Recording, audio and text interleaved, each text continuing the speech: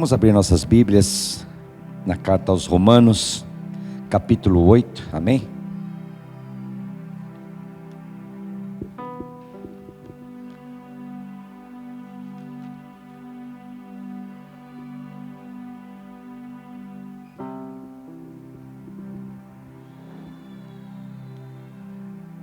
Romanos capítulo 8, vamos ler somente um versículo, o versículo de número 20.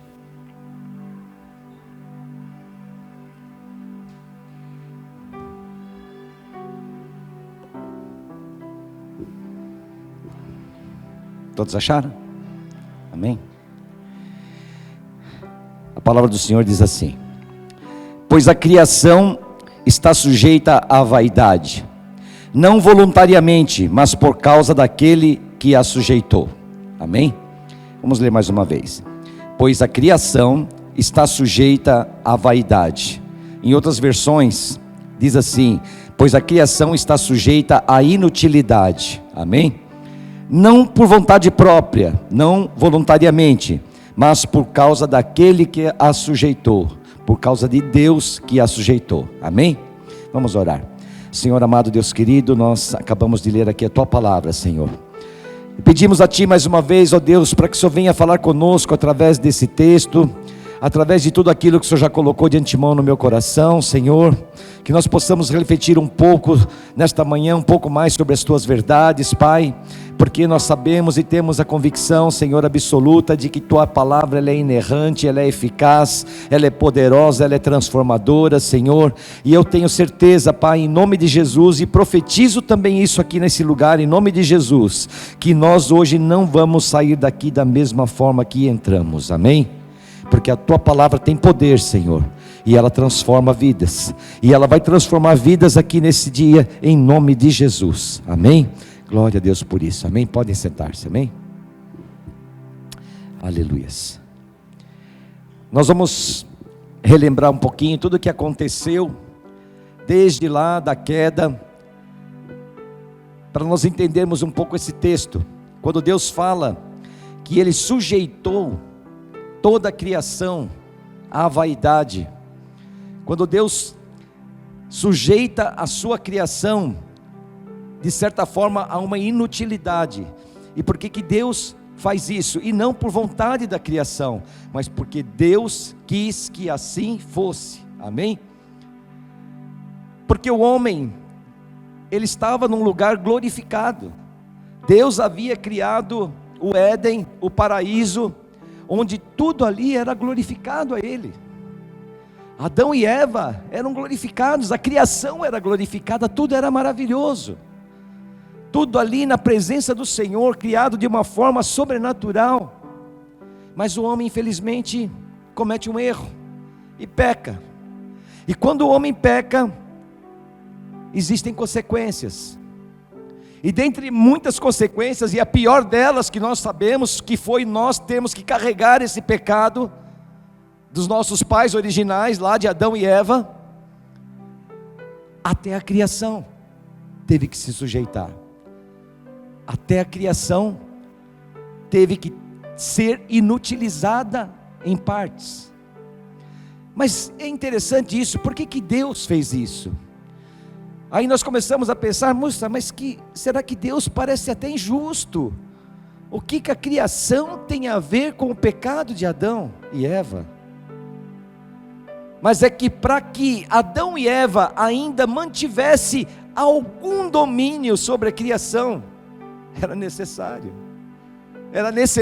que a criação, que tudo que existe, a natureza, que era glorificada, tinha que ser de certa forma inutilizada, tinha que decair, tinha que ser corruptível. Porque como é que o homem caído, agora, pecando, iria ter algum domínio sobre uma criação glorificada? Isso não é possível. Então Deus teve que inutilizar a criação. São as consequências. A consequência do pecado de Adão e Eva afetou todo o ambiente terreno. Olha que coisa tremenda. O pecado de um casal afetou toda a criação de Deus. E isso segue um princípio, que é o princípio do padrão estabelecido na criação. Deus na criação, Ele estabelece um padrão. E esse padrão diz que tudo que foi criado tem uma semente. Nada é criado sem que haja uma semente, sem que haja uma continuidade. E essa semente, ela se propaga de acordo com a espécie pela qual ela foi gerada e foi criada. Nós podemos ver isso lá em Gênesis 1, se não quiserem abrir, não precisem, mas eu vou ler aqui, Gênesis capítulo 1, versículo 11, por exemplo, diz o seguinte: e Deus disse: produz a terra relva, ervas que deem semente, e árvores frutíferas que deem fruto segundo a sua espécie. Então Deus ali está dizendo que Ele cria uma árvore, Ele cria uma erva que vão gerar semente, e essa semente vão gerar fruto segundo a sua espécie. Lá no versículo 21 também diz a mesma coisa: criou, pois, Deus os grandes animais marinhos e todos os seres viventes que rastejam, os quais povoam as águas segundo as suas espécies, e todas as aves segundo as suas espécies. No versículo 24 também diz, no 25 também a mesma coisa, conforme a sua espécie. Isso nos remete à lei da semeadura. Lá em Gálatas 6:7 a palavra diz, Gálatas 6:7,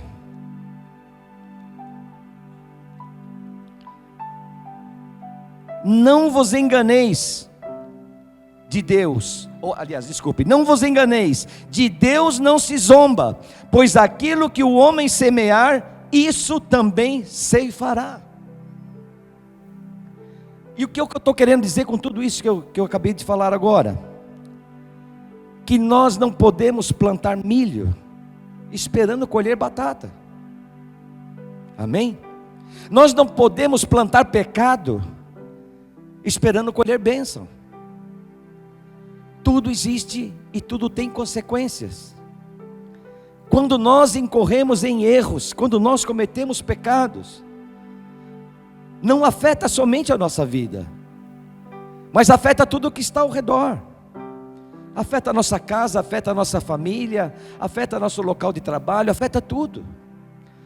Quando nós pecamos, tudo é afetado. Porque nós, como foi ali, como aconteceu naquele momento ali, da criação, logo após a criação, ali no Jardim do Éden, aquele pecado cometido por Adão e Eva, quando eles caíram, não caíram somente os dois, mas arrastaram com ele toda a criação, arrastaram tudo que Deus havia criado, todas as maravilhas que Deus tinha feito, os céus, a terra, os animais, os peixes do mar, os animais rastejantes, as aves dos céus, as árvores, os frutos. Quando Adão e Eva caem, eles arrastam tudo isso. Quando nós pecamos, nós arrastamos muitas coisas em nossas vidas. Tudo vem no rastro do nosso pecado. E é por isso que nós temos que ser muito vigilantes quanto a isso. A responsabilidade que nós temos que ter é muito grande. Porque o pecado não vai afetar somente eu e você. Nós temos que ter essa consciência que muita gente inocente vai ser arrastado por esse pecado, por essas atitudes.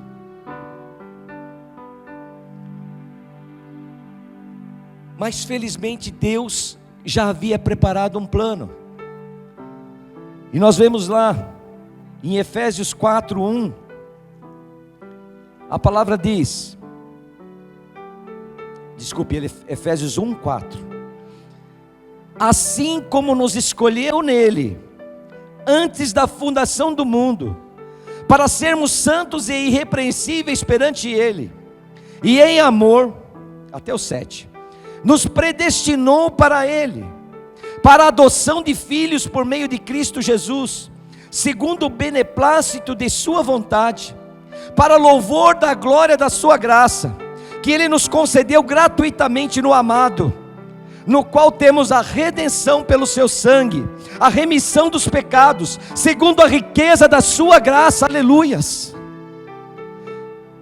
Felizmente Deus é um Deus que nos ama de forma incondicional, porque apesar de ter ocorrido toda essa desgraça, apesar do homem ter caído e ter arrastado com ele toda a criação, Deus já havia preparado um plano, antes mesmo que tudo isso acontecesse, antes mesmo da fundação do mundo, antes mesmo de que o menor grão de areia fosse criado, Deus já havia preparado o plano da redenção do homem, aleluias. Deus já havia preparado o plano para a nossa redenção, glória a Deus. E esse Deus uno, esse Deus único e poderoso, Ele estabelece uma forma de relacionamento conosco, através da sua Santíssima Trindade. E eu comecei a pensar e a refletir sobre esse texto, e Deus me deu uma revelação tremenda para mim. Eu não estou dizendo que seja tremenda para vocês, né? Mas para mim foi algo assim maravilhoso, que eu até me extasiei quando Deus começou a colocar isso no meu coração. A forma como Deus começa a se relacionar conosco, como Deus prepara tudo que Ele tinha planejado para que nós pudéssemos ser redimidos do nosso pecado. Isso não foi um plano que deveria ser realizado de um dia para o outro, de uma semana para outra, não. Ele levou milênios, milênios que para nós significa algo que praticamente parece até eterno, porque desde quando Adão e Eva caiu, se passaram, sei lá, 5.000, 6.000 anos até hoje, mas para Deus, 1.000 anos é como se fosse um dia, e um dia como se fosse 1.000 anos. Então para Deus a situação é diferente. E Deus então começa a estabelecer um relacionamento com o homem, de uma forma que eu achei fantástico. Ele começa lá no Velho Testamento, e eu separei um texto aqui em Êxodo 33, e ele diz lá em Êxodo 33, nos versículos 20 a 23, e ele fala o seguinte: não me poderás ver a face, Deus falando a Moisés, porquanto homem nenhum verá a minha face e poderá viver. Disse mais o Senhor: eis aqui um lugar junto a mim, e tu estarás sobre a penha.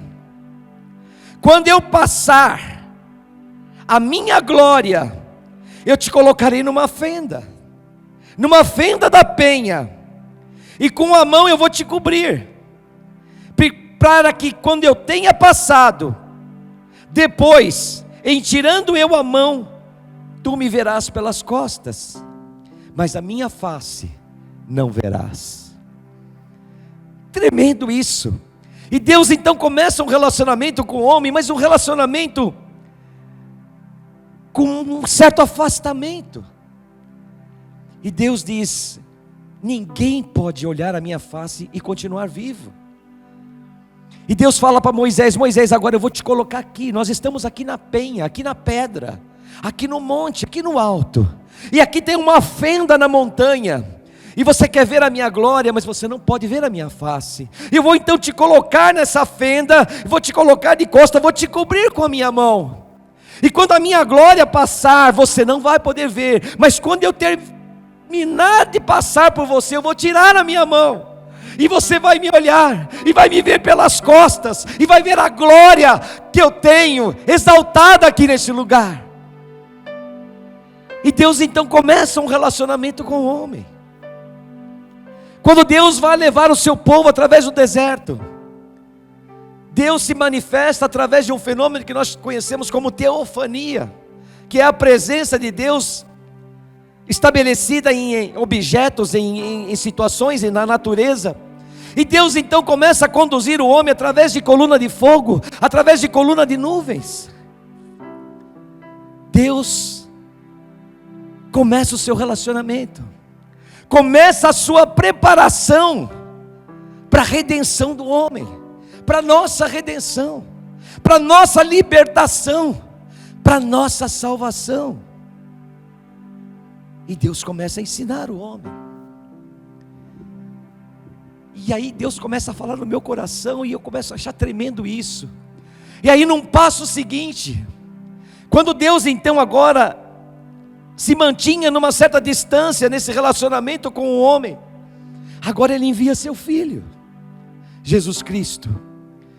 E agora Jesus Cristo, Ele já não é aquele que não se pode mais olhar à face.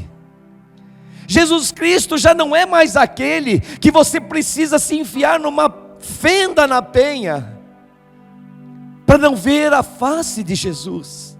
Agora Jesus está do teu lado. Agora Jesus está do lado do homem.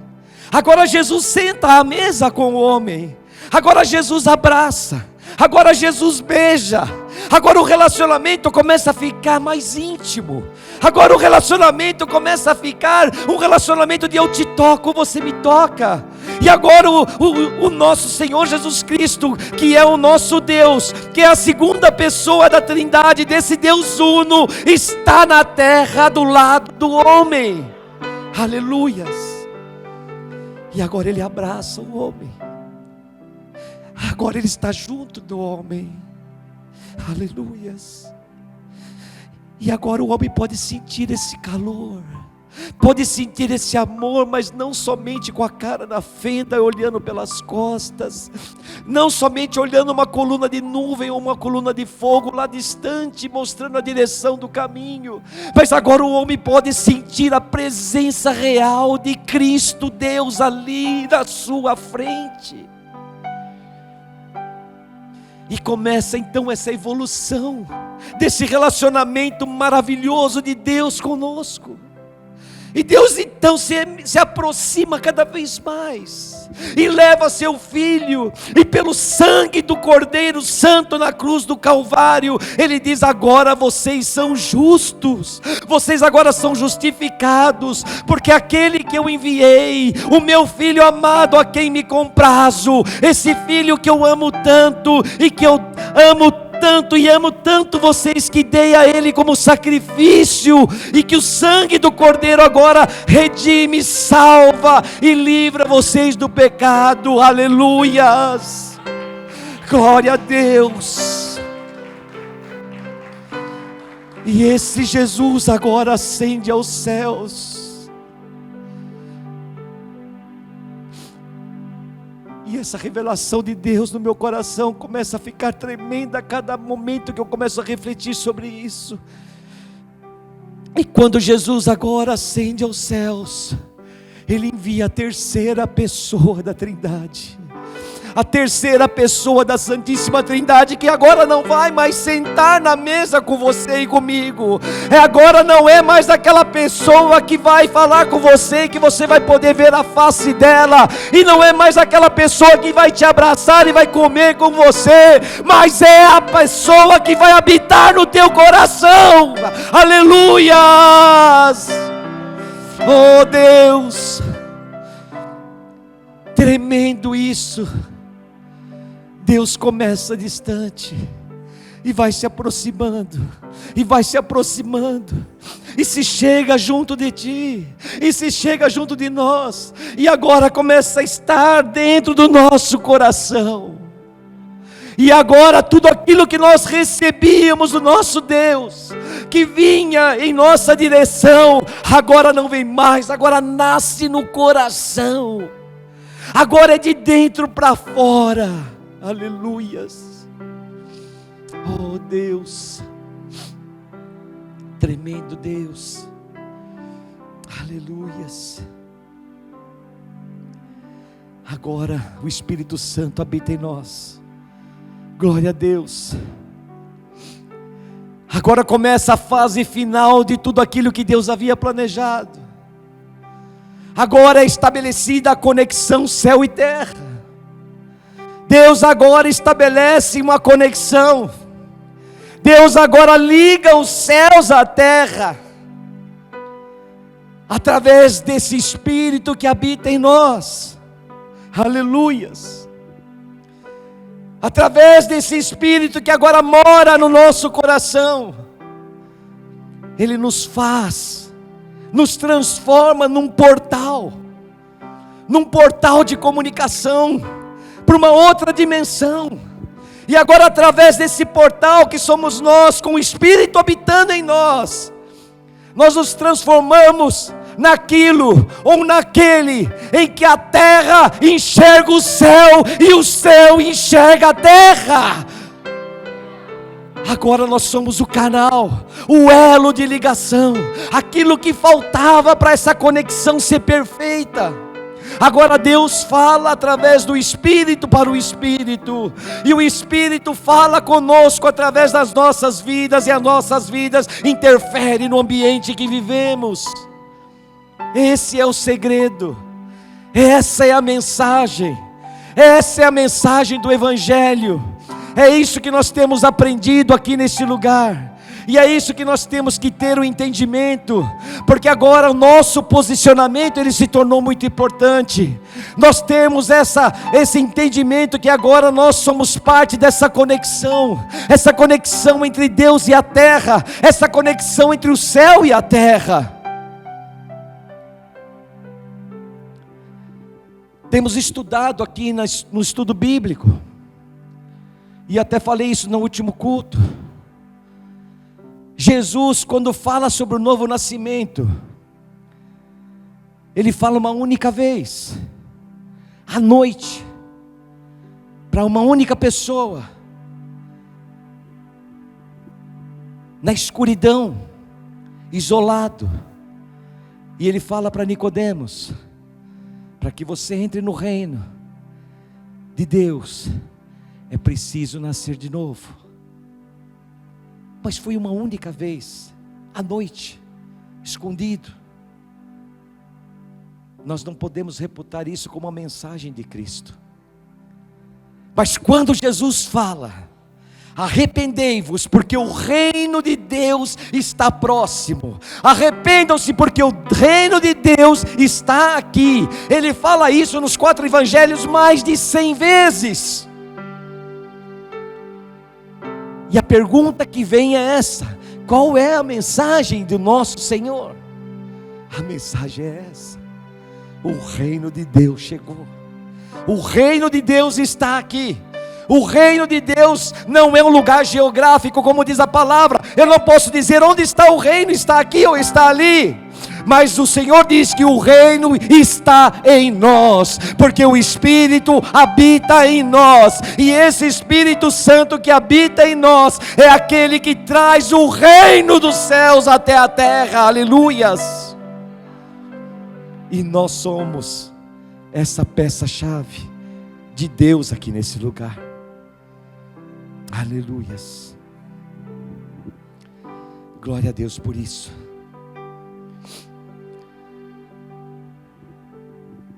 Este é o Evangelho do nosso Senhor, que diz que através do Espírito Santo nós fomos selados. A garantia vem através do Espírito Santo em nossas vidas, mas que muitas vezes o Espírito Santo não age, porque nós não damos liberdade ao Espírito. E falamos isso domingo passado, e tornamos a insistir nisso, porque nós queremos ver isso nessa igreja, o destravamento do Espírito Santo em nossas vidas. E isso tem que acontecer em nome de Jesus, como já tem acontecido. Glória a Deus por isso.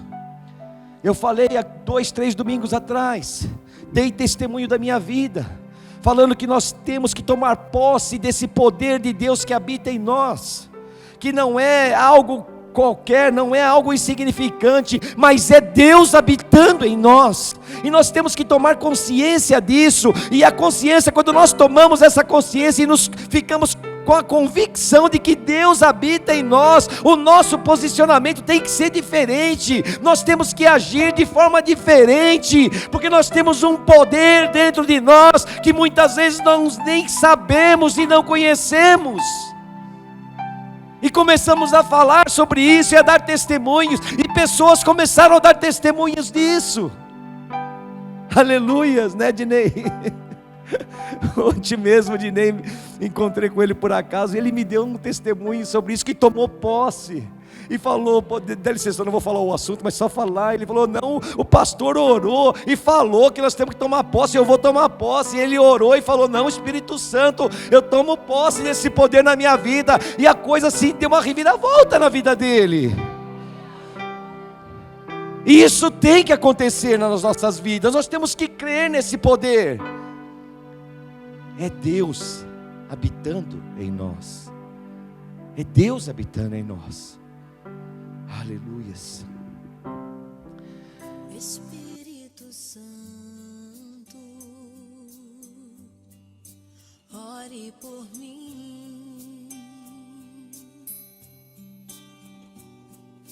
leve para Deus tudo aquilo que eu preciso. Espírito Santo,